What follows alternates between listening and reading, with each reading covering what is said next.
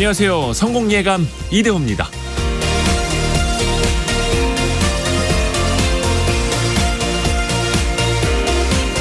아기 공룡 둘리가 우주 공간을 건너서 엄마를 만나고 눈물을 흘리면서 엄마와 다시 이별하던 모습 혹시 기억하시나요?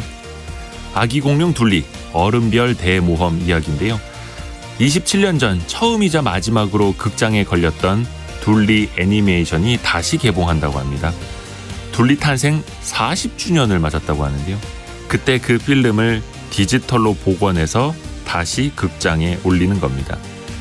최근 극장가에서는 일본 애니메이션 열풍이 대단합니다. 스즈메의 문단속이 관객 530만 명을 넘어섰고요.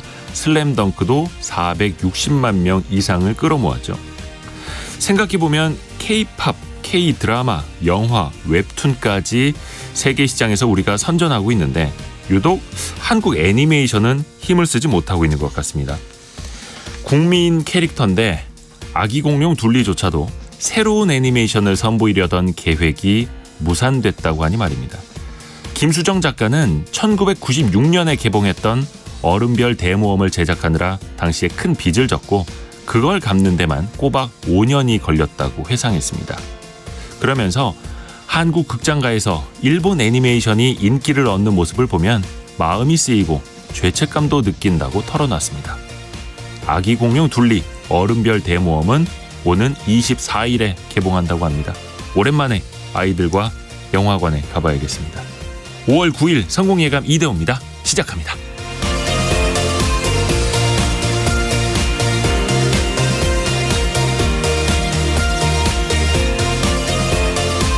안녕하세요. Y스트릿 이대호 편집장입니다.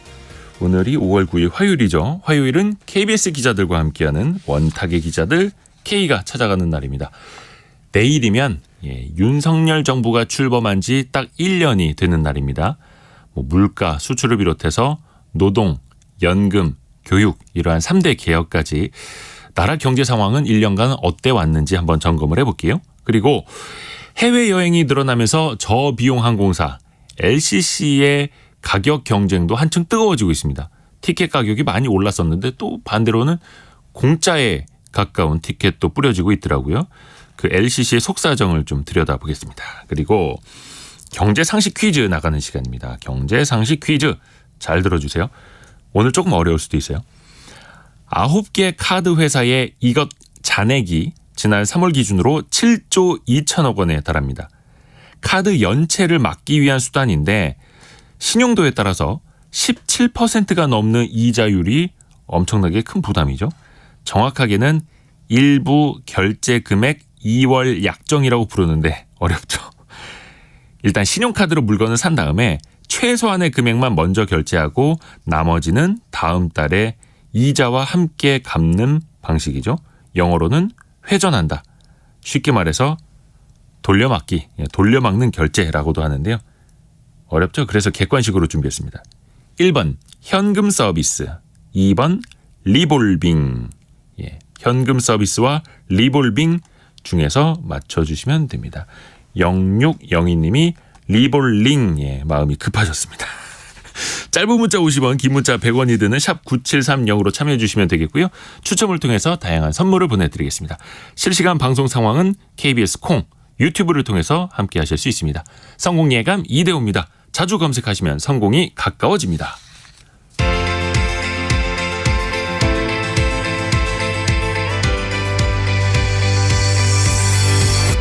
KBS 1라디오 성공예감 이대호입니다. 오늘의 경제 뉴스부터 체크를 해보죠. 참 좋은 경제연구소 이인철 소장과 함께합니다. 어서 오세요. 네, 안녕하세요. 안녕하세요. 밤사이 미국 증시 좀 어땠나요? 일단 그 뉴욕 증시가 아마 서머타임이 적용되고 있을 거예요. 그래서 아마 오늘 새벽 6시 마감을 했습니다. 네. 간밤에 시작한 건 맞지만 네네네. 우리 시간으로는 오늘 새벽 6시 마감한 월요일 뉴욕 증시는 일단 혼조 양상이었습니다. 전반적으로 보면 좀 잠잠했는데요. 네. 다우지수가 0.17% 소폭 하락을 했는데 나스닥과 S&P 500 지수는 소폭 상승을 했습니다. 가장 큰 관심이 뭐냐? 그 이번 달 기준금리 인상 이후에 이게 금리 이제 종착역이냐? 네. 6월에 혹시 또 한 번 인상하는 거 아니야? 네. 그리고 이제 파월 의장은 부인하고 있지만 연내 금리 인하 기대감이 희석되는 건 아니야? 이런 게 관심이거든요. 근데 지금 오는 10월에 발표 예정인 물가지표, 지난달 소비자 물가지수 발표를 앞두고 이게 어떻게 나올까? 시장에서는 다소 우려 섞인 목소리가 나오고 있어요. 네. 왜냐하면 지금 연준이 걱정하고 있는 건 미국의 소비, 네. 그리고 또 하나가 임금이에요. 임금이 너무 많이 올라서 물가를 부추기고 있다라고 생각을 하고 있는데 지난달 실업률 지표가 너무 좋게 나왔어요. 네. 그러다 보니까 만에 하나 지난달 소비자 물가 지수마저 불안하게 나오면 연준의 연내 금리 인하 가능성은 물 건너갈 수밖에 없다라는 분석 때문에 그렇습니다. 자, 그러다 보니까 4월 신규 교육이 너무 좋았어요. 25만 3천 건 신규 일자리가 생겼는데 네. 예상치 18만 건을 웃돌고 있습니다. 실업률은 환상적입니다. 4월 실업률이 3.4%예요. 1969년 이후 가장 낮습니다. 자, 그래서 아직까지는 그 CMA 패드워치를 통해서 미국의 금리를 전망을 좀 해보면 6월의 금리 동결 가능성은 80% 이상을 반영하고 있습니다. 네. 6월, 7월은 금리 동결. 근데 9월부터 연말까지는 기준금리를 한 차례도 아니고 2번 내지는 3번까지도 내릴 수 있다. 예, 베팅을 하고 있거든요. 채권 시장이 그 가격을 반영하고 있다는 거죠. 예, 왜냐하면 지금 JP 모건이 퍼스트 리퍼블릭이라는 지방은행을 인수했지만 여전히 지역 은행들이 좀 불안하다. 네. 뱅크런이 불안하다는 거 하나, 또 하나가 지역은행들이 노출 빈도가 높은 게 이 상업용 부동산인데 이 지금 이 상업용 부동산이 지금 공실률이 높아지고 있거든요. 자, 이러다 보니까 지역은행발 위기 때문에 미국도 하반기에 가면 경기 침체를 이유로 금리를 인하할 수도 있다라고 이제 베팅을 하고 있는데요. 자, 어쨌든 이제 미국 증시는 혼조 양상이었습니다만 어제 이제 외국인 기관의 쌍끌이 매수 속에 2,510선 상승 마감했던 코스피는 강보합으로 출발을 하고 있습니다. 네. 그리고 우리나라에서 지난달 24일 시작됐던 무더기 주가 폭락, 그 배경에는 무더기 주가 조작이 있었고 관련해서 활용된 게 차액 결제 계좌라는 CFD 계좌였는데 증권사들이 이 CFD 계좌를 좀 영업을 문을 닫고 있나 보네요. 맞습니다. 신규 영업을. 자율적이긴 한데 소잃고 외양간 고치는 거 아니냐라는 얘기가 나올 수밖에 없는데요. 작전 세력들의 도구로 활용된 이 차액 결제 거래 계좌 신규 개설은 당분간 중단하겠다라고 선언한 증권사들이 늘고 있습니다. 네. 국내 증권사 가운데 가장 먼저 이제 CFD 계좌를 도입한 게 교보증권이에요. 또 거래량 측면에서 2위는 키움증권입니다. 이 두 개 업체가 지금 신규 개설 중단을 선언했는데요. 아무래도 뭐 시절이 하수상해서 금융당국에 이제 관련 조사가 진행되고 있는 게 영향을 미친 것으로 보이는데 이 CFD 계좌는 국내 증권사 13개사가 영업을 뛰고 있습니다. 네. 근데 이제 이 국내 13개 증권사가 고객과 CFD 계약을 맺고 이거 외국계 증권사에 매매 위탁해요. 네. 그리고 그 수수료를 챙기는 방식으로 영업을 하고 있는데 그러다 보니까 최종 거래는 고액 자산가가 아니라 외국계 증권사에 의한 거래로 분류되다 보니까 그렇죠. 익명성 때문에 이제 고액 자산가들이 굉장히 선호하는데요.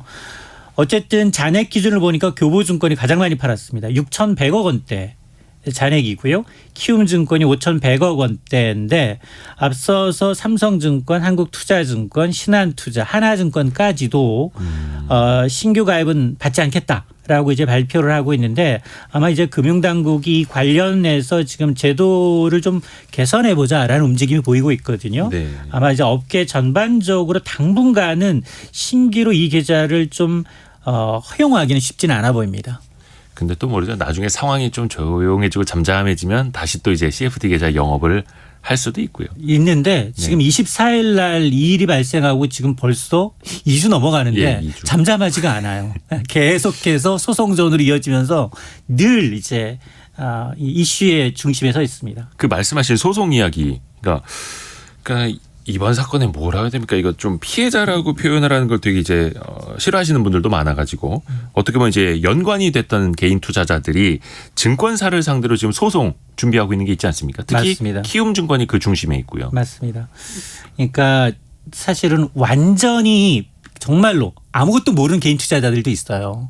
왜냐하면 이게 정말 가치 준 줄 알고 야 올해부터 빚내서 좀 사보자라고 했던 개인 투자자들이 있고 여기 지금 오늘 소송 들어간 거는 개인 전문 투자자들이에요. 네. 기본적으로 CFD 계좌를 갖고 있는데 지금 김익래 다우키움그룹 회장이 사퇴했죠. 그러면서 주가 떨어지기 이튿날 이제 다우데이터 매각 대금 605억 원은 사회에 공헌하겠다라고 밝혔거든요. 네. 그럼에도 불구하고 지금 키움증권의 순환이 이어지고 있는데 어제 12거래일 만에 주가 하락세를 멈췄습니다. 키움증권.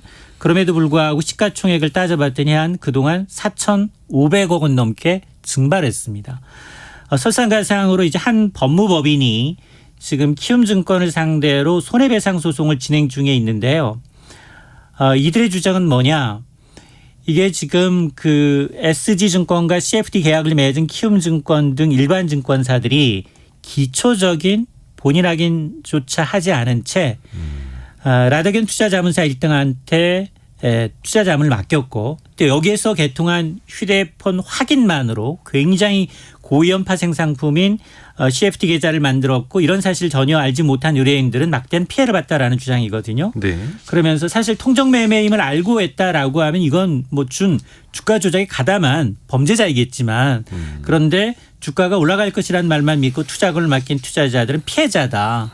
그래서 이런 피해를 키운 증권사의 허술한 이 계좌 관리가 문제이기 때문에 이 키움증권에 대해서 지금 소송을 진행 중이다라는 거고 지금은 이제 소송 의뢰한 투자자들은 뭐 키움증권 하나겠지만 지금 SG증권과 다른 증권사들도 CFD 계약을 맺었고 그 증권사의 이제 피해자가 원고로 이제 합쳐지게 되면 오히려 이제 키움증권 아니라 국내 다른 증권사도 대상이 될 수 있다라는 건데요. 그러나 어쨌든 현재까지 소송을 의뢰한 투자자들이 이제 최대 피해 금액을 따져봤더니 1인당 한 15억 원 수준인 것으로 알려지고 있습니다. 아이고. 그리고 또 이 와중에도 반대 매매 물량이 좀처럼 줄어들질 않고 있어요. 맞습니다. 그러니까 앞서 제가 이제 지난달 24일이었고 사실은 주가가 나흘 연속 폭락하면서 떨어졌던 건 첫 주였지만 네. 그 여진이 지금까지 계속 이어지고 있다는 거고요.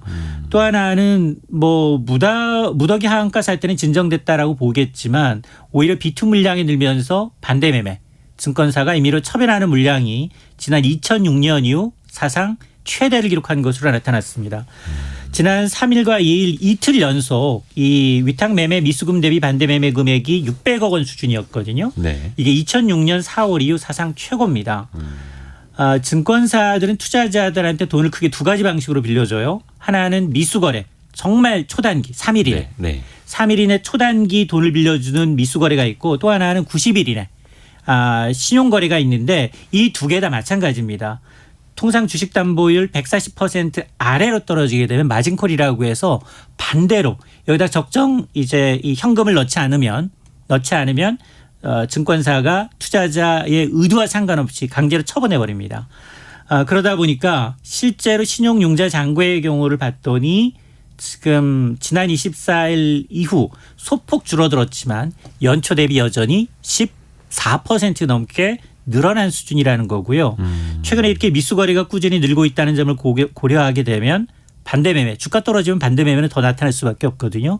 때문에 각별한 이 B2의 주의가 좀 필요해 보입니다. 주제를 좀 바꿔서 우리나라 배터리 업계 한번 좀 살펴볼까요? 배터리 3사의 시장 점유율이 발표가 됐네요. 맞습니다. 국내 배터리 3사가 이제 지난 1분기 중국 시장 제외하고 글로벌 전기차의 배터리 시장 점유율 우리가 이제 세 개 업체가 있잖아요. 네. 합산해서 점유율이 49%니까 당연히 1위인데 네. 업체별로 봤더니 LG 에너지 솔루션이 38.8%입니다. 1위고요. 네. SK온과 삼성 SDI가 4위, 5위를 기록하고 있는데 합산 점유율은 사실 1년 전보다 좀 떨어졌어요. 5%포인트 점유율은 떨어졌지만 그러나 배터리 사용량이 더 늘었다. 이 얘기는 우리 K배터리를 탑재한 전기차 모델들이 더 잘 팔렸다라는 거거든요. LG 배터리를 탑재하는 거 보니까 테슬라의 모델 3부터 폭스바겐, 포드의 머스탱과 같은 전기차 판매량이 늘었고요. 네. SK가 주로 현대차, 기아차, 전기차에 그리고 삼성 SDI는 BMW, 피아트와 같은 전기차에 이제 탑재하고 있어서 아마 지금 그나마 반도체 공백을 정말 자동차와 전기차, 배터리가 메꾸고 있는 양상입니다. 우리 기업들도 잘 하고 있기는 한데 중국 업체들도 만만치가 않죠. 맞습니다. 성장세가 또 굉장히 빠른 것도 있고요. 맞습니다. 이번에 집계된 게 중국 시장 제외한 거예요. 네. 그러니까 중국 합치면 중국이 사실상 1등입니다. 네. 중국은 근데 거의 다 내수. 내수죠. 네. 근데 이제 내수 시장 빼고도 세계 시장에서 지금 중국 배터리 업체들의 성장 속도가 정말 무서울 정도로 빠르다라는 데 있는데요. 지금 비중국 시장에서도 중국 업체 CATL이라는 네. 업체는 세계 시장 점유율 2위입니다. 무려 성장 속도 80% 1년 전에 비해서 성장하고 있는데 여기도 보니까 테슬라의 모델 3뿐 아니라 기아차에까지 배터리를 납품하고 네. 있고요. 또 글로벌 6위 업체가 중국의 BYD라는 업체인데요. 이 업체는 1년 전에 비해서 6배 이상 600% 넘게 성장을 했습니다. 그러니까 이제 중국 내수 시장에서 차분히 기술력을 쌓고 네. 이제 아시아, 오세아니아, 유럽 시장에서도 한국산 배터리와 경쟁하고 있다는 의미거든요. 자, 그러다 보니까 사실은 그동안 사실 인플레이션 감축법에 따라서 한국산 배터리 업체가 굉장히 반사 이익을 기대했는데 중국 업체는 이걸 어떻게 피해 나가고 있냐. 합작 투자. 합작법인으로 좀 피해 나가고 있어서 아마 앞으로도 본격적인 한중 배터리 전쟁은 이어질 것으로 보입니다. 네.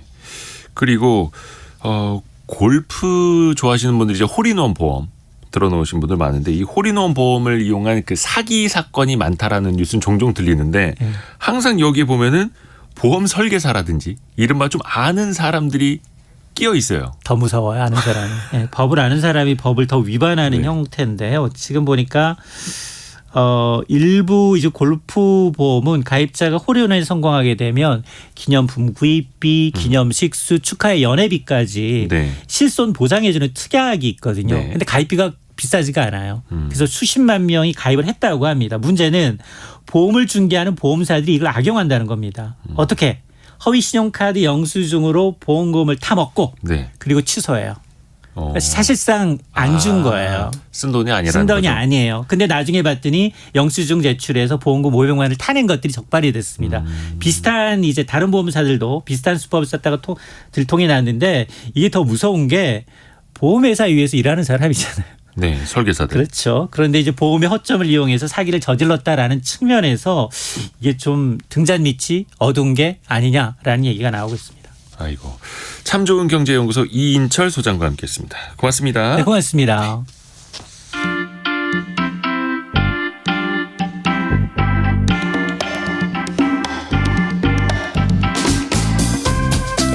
지금 여러분께서는 KBS 1라디오 성공예감 이대호입니다를 듣고 계십니다. 참여해주신 여러분께는 추첨을 통해 헬시 허그에서 한국인의 건강한 두피에서 찾아낸 두피 유래 유산균을, 판촉물 전문 그룹 기프코에서 텀블러 세트를, 아름다운 식탁 창조 주비푸드에서 자연에서 갈아 만든 생와사비를, 쉽고 빠른 판촉물 제작 시너지 기프트에서 LED 튜브 스탠드를, 그리고 성공예감에서 준비한 커피 쿠폰을 보내드립니다. 당첨자는 성공예감 이대호입니다 홈페이지에서 확인하세요.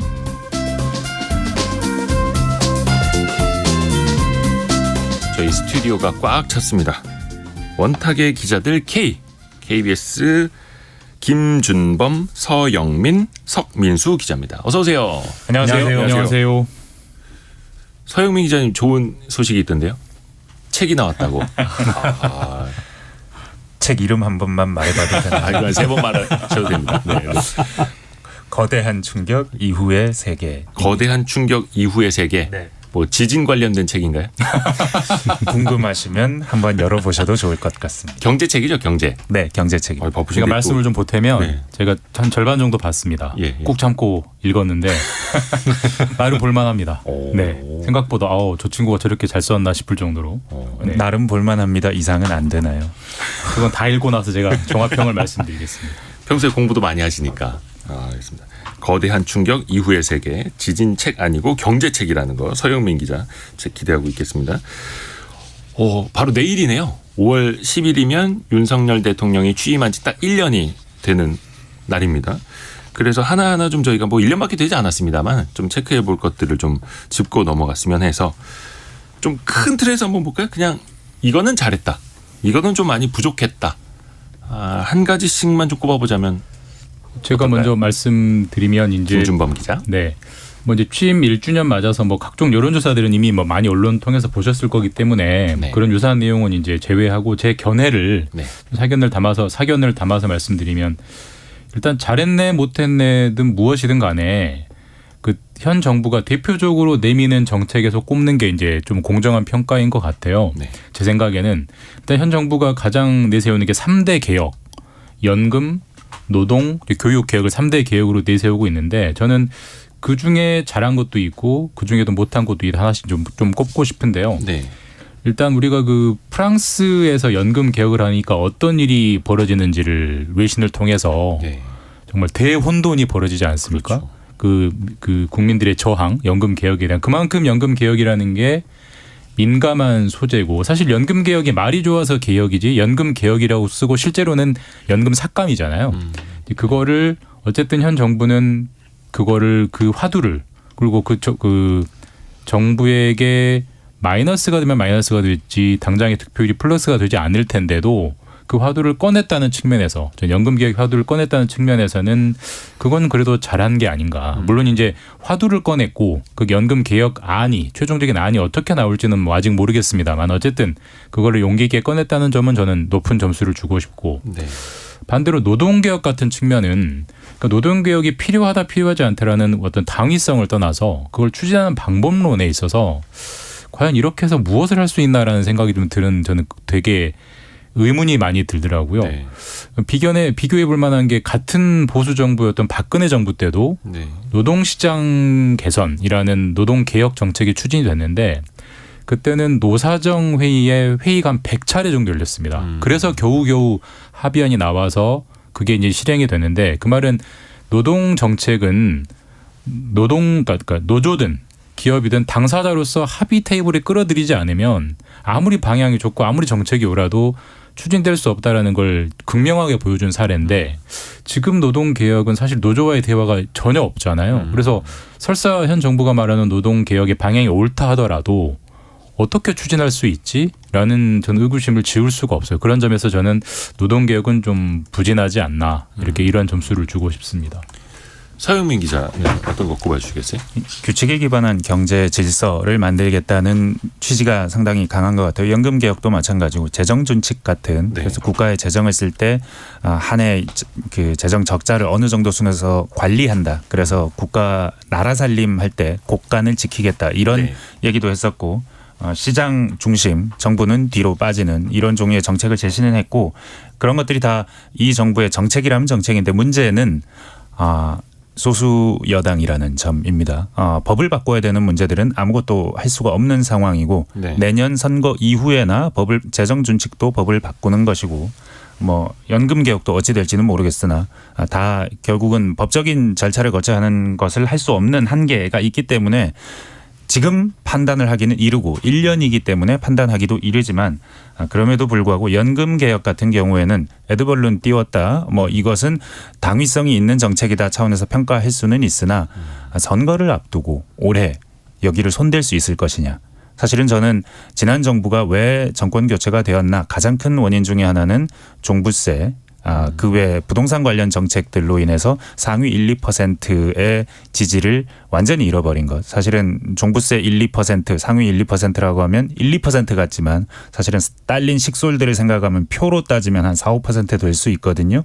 그런 차원에서 정치적인 결단이 필요하고 표를 잃을 각오를 해야 하는데 내년 총선을 앞두고 할 수 있겠느냐.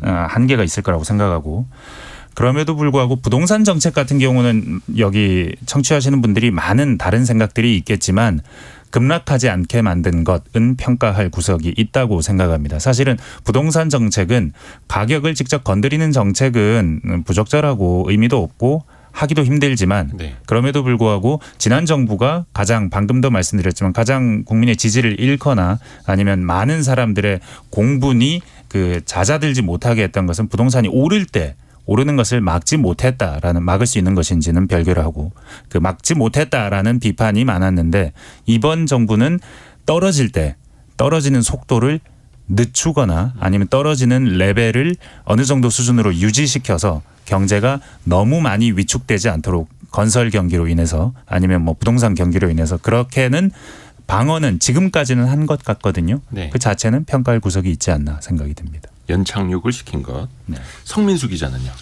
전 뭐 그 단적으로 이제 전기요금 갖고 요즘 얘기를 많이 하잖아요. 예. 이게 그 뭐 장단점이자 딜레마를 잘 보여주는 것 같은데 그 작년에 이제 정부 출범하고 나서 그 지난 정부에 왜 에너지 요금을 바로바로 올리지 않았냐, 원가가 상승했는데 이렇게 얘기를 하면서 우린 올리겠다 이렇게 얘기를 했죠. 그거는 이제 원칙을 세우고 한 거는 잘한 일이라고 평가할 수 있는데, 근데 이제 그 가스요금 갖고 지난 겨울에 좀 말이 많았고, 네. 그 다음에 전기요금도 지금 여론의 눈치가 보이니까 지금 다시 그 원칙을 깨고 뭐 차일피일 미루고 있는 거는 또 단점이자 딜레마가 아닐까 그렇게 보고 있습니다. 사실 저 전기요금은 재미있는 것이 네. 사실 정부 출범 때만 해도 그 전 정부가 전기요금 안 올리고 한전에 적자 부담을 줬다, 한전 망하게 하고 있다라는 그런 종류의 온라인 여론도 많았고 네. 댓글만 보면 뭐 난리였습니다. 뭐 탈원전한 것이 결국 전기요금에도 뭐 어쩌고 이런 식의 비판이 많았는데, 사실은 실제로 전기요금을 올려야만 했던 압박이 커졌던 시점은 2021년 가을 겨울 이후입니다. 네. 그러니까 문재인 정부 시기로 보면 한 6, 7개월 정도 되는 것이죠. 네. 근데 지금 이제 그 이후로 이번 정부는 이제 거의 1년이 다 됐습니다. 그동안 전기요금을 얼마나 올렸느냐. 그래서 한전의 적자에 기여한 부분으로 따지면 어느 정부가 더 크냐. 단순히 금액으로만 따지면 이번 정부가 한전 적자에 기여한 부분은 훨씬 큽니다. 그런 측면에서는 참 아이러니하기도 하고 참 전기요금이 쉽지 않은 문제이기도 하고 이거 역시 정치이기도 하고요. 이게 여당일 때랑 야당일 때랑 또 다른 거죠. 네. 정권을 잡았을 때랑 비판만 할 때랑 실제로 정말 다른 거고. 우리 삶 속으로 하나둘씩 좀 들어가 볼까요? 일단 그러면 1년 전과 비교해 봤을 때 나라 경제는 전반적으로 좀 나아졌을까? 서민 경제는 좀 나아졌을까? 물론 그 당시 사이에 윤석열 대통령 취임할 때도 코로나19가 여전한 상황이었고, 또 러시아 우크라이나 전쟁이 그 직전에 발발을 했고 대내외적으로 어려운 상황이 있었습니다만 그걸 감안을 하고 보자면요. 뭐 편하게 얘기해서 1년 전과 지금 비교하면 사실 저는 거기서 거기라고 봅니다. 뭐 1년 만에 무슨 급변이 있을 만한 그 그렇죠. 정도의 우리나라 사이즈의 나라는 아니고, 일단 다만 이 객관적인 지표로 봤을 때 1년 전보다 지금이 많이 나아졌다라고 말하기는 분명히 어렵죠. 분명히 물가는 그게 누구의 책임이고 무슨 원인이 무엇이건 간에 물가는 빠르게 오르고 있고, 수출은 부진하고 무역 적자는 심화되고 있고, 그럼 수출로 먹고 사는 나라의 경제 성장률은 올해 1% 성장대가 예상이 되니까 나아졌다라고 말하기는 어렵죠. 다만 이제 현 정부는 이런 안 좋은 성적표가 과거 정부의 일종의 적폐가 쌓여서 지금 효과가 나오는 것이니 우리 책임은 아니다라고 할 것이고, 야당은 너희가 1년 동안 잘못했기 때문 아니야 이렇게 이제 공방은 있겠지만 어쨌든 성적표가 그렇게 좋은 것 같지는 않습니다. 네. 전 정부도 이번 정부도 안 좋은 것 같은데, 네. 전 예전에 전 정부가 그 집값되는 고생을 할 때 예. 이게 어떻게 전 정부 책임이냐라고 얘기한 적이 있는데 그 얘기는 집값이라는 것이 글로벌 유동성 때문이고 금리가 낮기 때문이고 금리를 높일 수 없는 상황에서 집값이 오르지 않게 막을 수 있는 방법이 도대체 무엇이 있느냐, 근본적인 변수가 그런 것이 있다라고 얘기를 했는데, 그건 문재인 정부가 짊어지고 가야 했던 글로벌 경제라는 것에 그 숙명 같은 것이었죠. 네. 사실 경제라는 건 정부가 어떻게 하기가 힘든 상황이 됐습니다. 사실 흘러가는 것을 정부가 어떻게 관리하느냐인데, 그 전 정부에게는 글로벌 유동성이 짊어진 짐이었다면 이번 정부는 그 반대죠. 글로벌 인플레이션과 고금리 그리고 그에 따른 경기 침체 때문에 우리나라 수출 주력 산업인 반도체가 안 좋은 것. 이게 어떻게 이번 정부 책임이겠습니까? 그러나 이번 정부가 어찌할 수 없지만 여튼 관리해내야 하고 이 숙명 같은 상황을 헤쳐나가야 하는 것. 전 정부는 유동성, 이번 정부는 고금리, 인플레이션, 반도체 경기 위축 이런 거라고 볼 수 있겠네요. 환경 전체적으로 좀 쉽지가 않은 상황이긴 한데, 특히나 이제 대외적으로 어려운 환경에 놓인 것 중에 하나가 이제 통상, 무역 아닙니까? 네. 세계 각국이 보호무역주의로 일제히 돌아서고 있고, 물론 이제 뭐 트럼프 대통령 때부터 이어진 이야기이긴 합니다만, 과연 우리나라는 미국의 인플레이션 감축법 IRA 법안에 제대로 대응을 했느냐, 이 논란도 계속되고 있고, 무역 수지가 지금 14개월 연속해서 적자인 거고, 대외 환경과 통상 환경 요점 한번 체크를 해볼까요? 일단 작년 8월에 인플레이션 감축법 미국에서 처음에 발표했을 때는 좀 이제 뭐 이런 걸 충분히 예상 가능하지 않았냐, 또는 이제 우리한테 어떤 영향이 올 거고 우리가 어떤 전략으로 대응할 거냐, 이거에 대해서는 좀 부족했다는 평가가 업계에서는 좀 뭐 우세적이죠. 그리고 이제 뭐 그래서 지금 이제 인플레이션 감축법에 따른 한국 완성차 업계의 영향, 뭐 굳이 따지자면 현대기아차인데 여기가 좀 영향을 덜 받도록 만들고, 그 다음에 뭐 앞으로도 좀 영향을 덜 받게 만들면서 유럽에서 IRA 비슷한 법안을 발표했을 때는 그건 또 한국에는 크게 영향이 없단 말이죠. 그러면서 지금은 조금씩 방어했다는 평가를 할 수 있겠지만 전반적인 흐름에서는 좀 우리가 선제적인 대응은 좀 해온 게 아닌가, 그런 생각은 들죠. 외교 정책하고 같이 갈 수밖에 없는 종류의 도전적인 환경인 것 같은데, 네. 세계가 쪼개지고 있고 얼마나 아주 이렇게 날카로운 선으로 쪼개질지, 아니면 희미하게 쪼개진 듯 안 쪼개진 듯하게 쪼개질지는 모르겠으나 여튼 쪼개지긴 쪼개지고 있는데, 이 상황에 어떻게 대응하느냐는 결국 우리 정부의 경제뿐만 아니라 외교, 정치적인 역량 혹은 선택하고 달려 있을 텐데, 지금 우리 정부가 하고 있는 방향은 아무래도 미국을 중심으로 한 블록에 좀 더 견고하게 결속함으로써 우리의 이익을 추구하겠다라는 방향인 것 같고, 지금까지 드러난 방향을 봤을 때 그게 맞는지는 향후에 평가가 좀 더 필요한 부분이 아닐까 싶습니다. 이 부분이 진짜 어려운 부분인 것 같아요. 사실 이제 지난 1년의 어떤 통상질서 변화는 일종의 예행 연습인 것 같고, 네. 이런 식의 세계의 쪼개짐, 미국 편이냐 중국 편이냐 이 쪼개짐은 앞으로 더 공고해지고 강화될 텐데, 그때 한국은 미국 편에 서는 것이 맞는 것인가, 혹은 일종의 뭐 균형자라고 하면서 모호성을 유지하는 게 맞는 것이냐에 대해서 솔직히 여당 야당 의견이 너무 다르고 국민들의 의견도 사실 반반으로 갈리기 때문에 사실 뭐가 맞는지는 저도 잘 모르겠습니다. 근데 어쨌든 이게 계속 왔다 갔다 할 거기 때문에 여기서 뭔가 답을 찾는 것을 해야 하는 게 집권 여당의 몫인데, 과연 그 합의점을 찾을 수 있을까, 굉장히 어려운 문제일 것 같아요.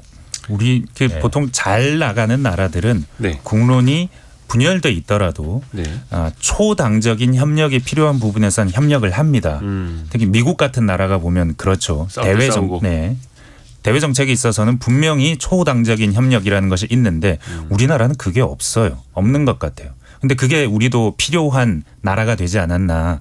우리가 굉장히 큰 나라고 세계적으로도 지켜보는 눈도 많은 나라고 그리고 민주주의 성숙도도 굉장히 높은 나라니 좀 대외적인 측면, 우리나라 국가 전략적인 측면에서는 좀 초당적인 협력을 했으면 좋겠다. 그러려면 어느 한 방향으로 나가는 정책보다는 합의가 가능한 정책으로 가면 좋겠다는 생각이 듭니다. 또 한쪽에서의 어떤 반대의 목소리가 커졌을 때 그걸 대외적으로 들고 나가서 어떤 협상의 좀 지렛대로 활용을 하는 그런 방법도 좀 필요하고요. 왜냐하면 최근에는 경제가 이제 안보랑 직결이 되는 일들이 반도체를 비롯해서 많이 나타나서 이게 또 걱정인 거죠.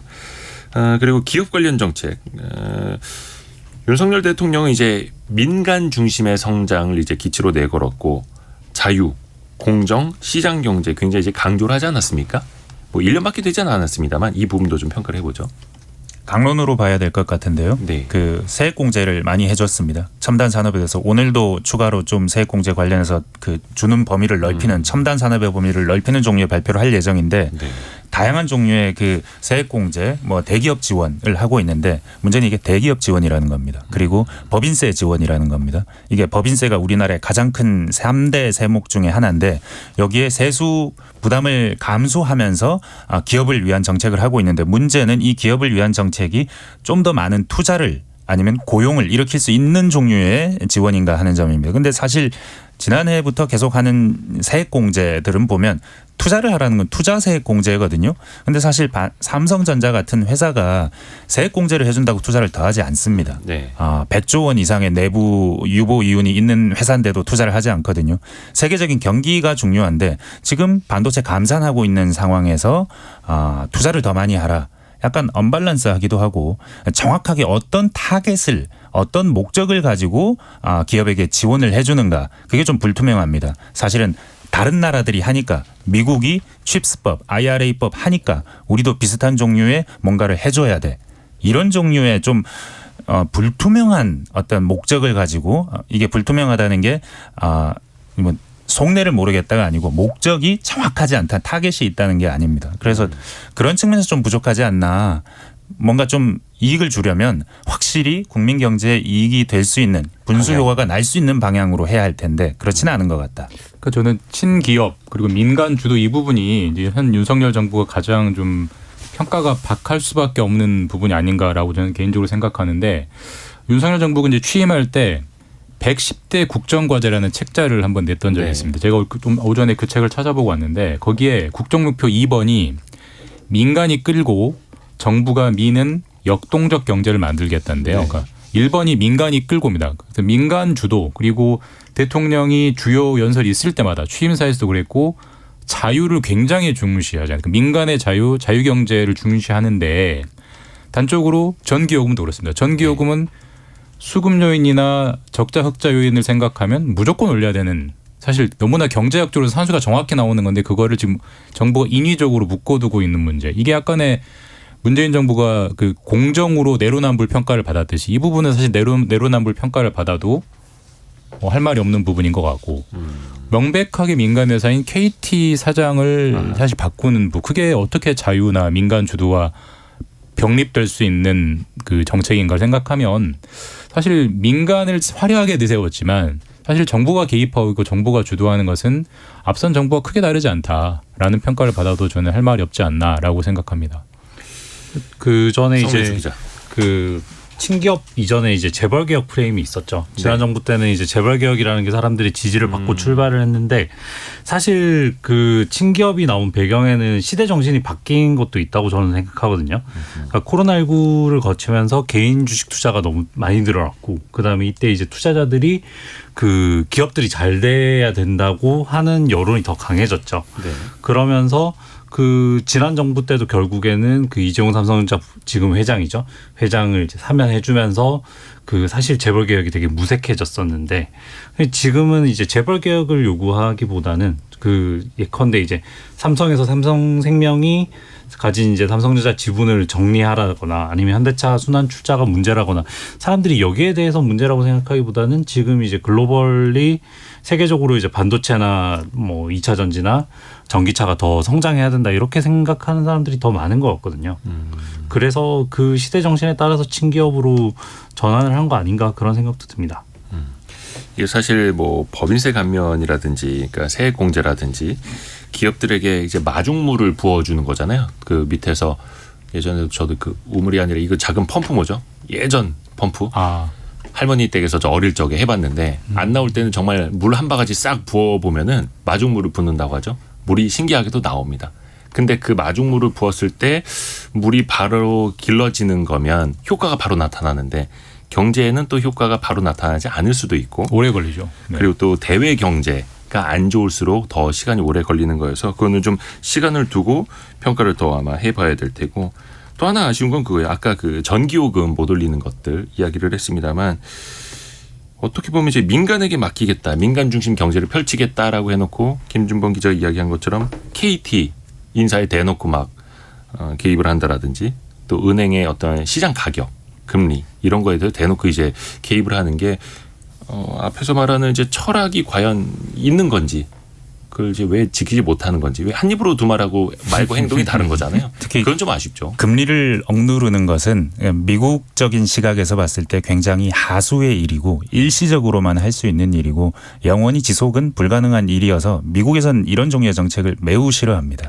그러니까 어떻게 보면 예측 가능성이 떨어지는 거죠. 그러니까 이게 그렇죠. 제가 말씀드리는 거 혹시나 오해하실까 봐 말씀드리면, 뭐가 맞다, 뭐는 틀리다 이거를 나눠서 말씀드리는 게 아니라 그렇게 말을 했으면 그렇게 행동을 해야 하는데, 시장과 민간 경제에서는 그렇게 믿고 있었는데 정반대로 행동을 하네 하면 이제 예측 가능성이 확 틀어지는 거니까 경제가 더 혼란스러워질 수도 있다, 이런 취지로 말씀을 드리는 겁니다.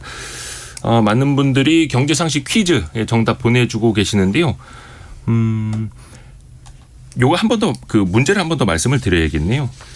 이른바 카드 돌려막기라고도 하는데, 일단은 신용카드를 쓴 다음에 카드 대금의 일부만 결제를 하고 나머지는 다음 달로 넘기는 서비스입니다. 당연히 추가 수수료, 이자가 붙게 되죠. 또 이거를 오래 사용하다 보면은 신용평가 회사에서 이 사람이 빚을 갚을 능력이 없는데도 자꾸 카드를 쓰고 돌려막기를 하네라고 하면서 신용 점수를 떨어뜨릴 수도 있습니다. 이 세 글자인데요. 오늘 조금 어려운 것 같아서 1번 현금 서비스, 2번 리볼빙 이렇게 객관식으로 내드렸는데 정답이 엄청 많이 들어오고 있습니다. 이원영 님이 와이프가 카드 회사 다니는데 심각한 상황이라고 하네요. 걱정이 된다고. 진짜 이 서비스를 많이들 쓰고 계시는 것 같습니다. 김동호님은 이게 모르고 전화 와서 신청하라고 해서 신청했는데 조금 사기당한 느낌입니다. 라고. 이 서비스 안 쓰시면 됩니다. 바로바로 그냥 갚으시면 되고요. 2112님 돌려막기 임기응변이네요. 라고 지적을 해주셨고 9624님이 20년 전쯤에 카드 돌려막기로 버틸 때 그거 쓰다가 죽는 줄 알았습니다. 갖고 있던 10개 가까운 신용카드 모두 잘라버리게 만든 결정적인 계기였죠. 라고. 20년 전이면 거의 카드 사태 아마 대란때 거의. 8127님은 예전에 가입했었는데 더 큰 이자로 돌아오는지 알고부터는 사용하지 않습니다.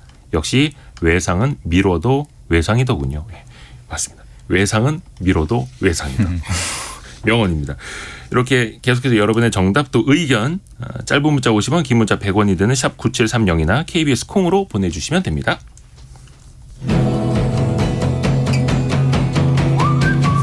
오늘의 움직임에 주목하고 세상의 흐름을 놓치지 않습니다. 여러분의 내일을 응원하며 성공의 열쇠를 함께 찾아갑니다. 성공예감 이대호입니다.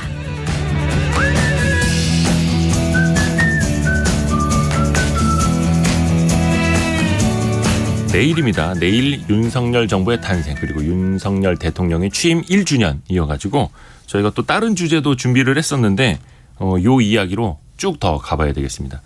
역시 짚어볼 게 많네요.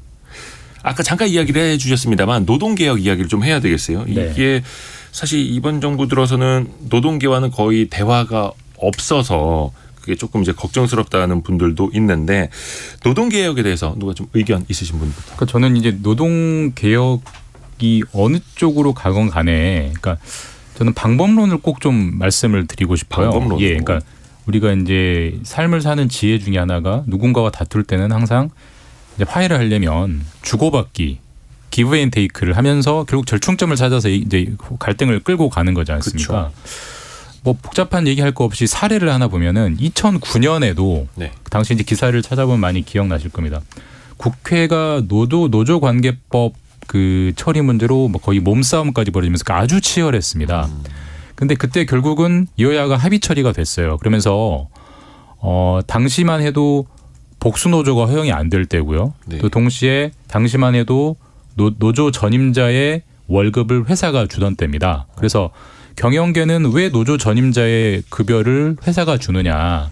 노조 전임자 임금 지급을 금지하자라는 걸 강하게 내세웠고 당시에 노동개혁 수건 중에 하나가 왜 우리나라는 복수 노조를 허용해 주지 않느냐. 이거를 하나씩 주고받으면서 사실 글로벌 스탠다드가 복수 노조 허용해 주는 것이고 그다음에 노조 전임자의 임금은 조합원들이 걷어서 주는 것 그 글로벌 스탠다드에 맞춰서 개혁이 됐어요. 하나씩 주고받으면서 그런 것들을 좀 참고해서 사실 이번에 주 69시간제로 뭐 최대 주 69시간까지 일할 수 있게 탄력적으로 근로시간을 개선하는 건 저는 개인적으로 필요하다고 생각합니다. 근데 왜냐하면 그런 필요한 상황과 업종이 있으니까. 근데 그건 분명히 노동자에게 상당한 부담을 주는 정책이기 때문에 그걸 관철을 하려면 반대로 노동자에게 뭔가 당근을 주는 정책이 함께 논의가 되고 그게 테이블에서 교환이 돼야 안정적으로 추진이 되는 건데 지금은 일단 교환은 차치하고 테이블 자체가 마련되지가 않잖아요. 그러면은 아무리 그 주 60시간제와 같은 근로시간 탄력화 정책이 옳다 해도 그걸 무슨 수로 추진할 수 있겠느냐. 이 방법론에도 좀 고민을 해서 좀 설령 현 정부가 원하는 게 100이라 할지라도 100은 다 못하더라도 70, 60이라도 가려면 뭔가 좀 대화하고 양보하고 타협해야 되지 않느냐. 그 방법론을 저는 거듭 말씀드리고 싶어요. 저는 조금 다른 맥락에서 또 노동개혁을 보자면 저는 윤석열 정부가 아마도 우리나라를 좀 근본적으로 바꿀 수 있는 것이라고 하면 경제정책보다는 아마도 직권남용을 못하는 사회로 만드는 것. 공무원이 본인의 의무가 없는 일, 하지 않아야 할 일을 하면은 반드시 처벌을 받는다는 선례들을 다 하나씩 만들어주고 있다는 것. 근데 그런 차원에서 보자면 노동개혁 역시 사실 우리나라는 더 이상 작은 나라가 아니고 이해관계가 있는 사람들이 침묵하지도 않는 않는 나라고 이해관계를 조정을 잘 해내는 거버넌스를 잘 만들어야 네. 그 정책적인 성공을 이끌어 나갈 수 있는 나라입니다. 노동개혁 역시 그런 과제입니다. 노조 때려잡는다고 에드벨룬을 띄우면 이 노동개혁은 할 수 없습니다. 이 노동개혁 역시 노동자, 사용자 모두의 합의를 끌어낼 수 있는 노력이 중요한데 근데 아까도 말씀드렸지만 그 직권남용할 수 없는 사회를 이어보자면 정부가 공무원이 담당 공무원이 이 노동개혁을 누군가를 때려잡는 아니면 어떤 굉장히 좀 정치적 부담이 있는 종류의 정책을 추진하기는 쉽지 않습니다. 공무원의 힘만으로 어떤 개혁을 할 수 있는 사회가 아니거든요. 네. 합의를 만들어내고 거버넌스 속에서 해결을 하려면 좀 더 협의, 토의 그리고 상대방의 동의를 구해내는 정책이 되어야 성공할 수 있다. 근데 만약에 노조가 잘못하는 것을 아니면 원래비를 없앰으로써 노동개혁을 한다라고 말한다면 그건 어떤 면에서 정치적인 이익은 얻을 수 있을지언정 정책적인 성공으로 이어지지는 못할 것이다. 합의가 필요하다. 네. 이런 식으로 가면 노동개혁은 저는 구호는 되게 선명할 수 있는데 네. 성과는 굉장히 부실하게 마무리될 확률이 높다. 이렇게 서로 강대강 대결만 하면 어떤 방법이 결정되더라도 끝까지 또 반발을 더 부를 수도 있고 그래서 적대시하는 것보다는 민주적으로 대화를 통해서 같이 좀 테이블에 좀 앉는 모습도 좀 보고 싶네요. 노동개혁 이야기를 했고 연금개혁도 앞부분에 대해서 일단은 그 에드벌룬을 띄운 것에 대해서는 공통적으로 이제 긍정적인 평가를 하셨습니다. 근데 요즘에 교육개혁은 이야기가 별로 잘 안 나오는 것 같아가지고 상대적으로 연금개혁, 노동개혁 그 중에서 3대 개혁인데 교육개혁은 조금 제가 관심이 없어서 그런지 왜 조금 뉴스가 덜 나오는 것 같죠? 아직 자녀가 어리신. 교육개혁은 뭐 평가를 하시다면 실제로 손에 잡히는 뭔가가 없는 것 같긴 해요. 그러니까 이렇게 파편적으로 뭐 예를 들면 그때 잠깐 나왔다가 쏙 들어갔지만 뭐 5살부터 초등학교를 보내려고 한다든지 뭐 늘봄 학교라고 해서 아이들 방과후 돌보는 시간을 늘린다든지 뭐 유보 통합, 그 유치원과 그러니까 유아 교육과 보육의 통합, 어린이집과 유치원의 통합. 그러니까 이런 개별적인 정책들은 있는데 그건 개별 정책이지. 이게 무슨 교육 개혁 대단 어떤 큰 제목이 될 수는 없는 개별적 정책들이거든요. 그래서 사실 3대 개혁 중에 교육개혁이라고 내세우긴 했는데 저도 현 정부의 교육개혁을 한마디로 표현해봐라. 잘 모르겠어요, 솔직히. 저도 준비하면서 보니까 교육개혁이 뭐지? 잘 모르겠더라고요. 방금 김준범 기자가 말한 정권 초기에 추진하려다가 좌초된 종류의 그 어떤 보육 서비스. 그렇다면 출생률을 높이는 것이 교육개혁인가?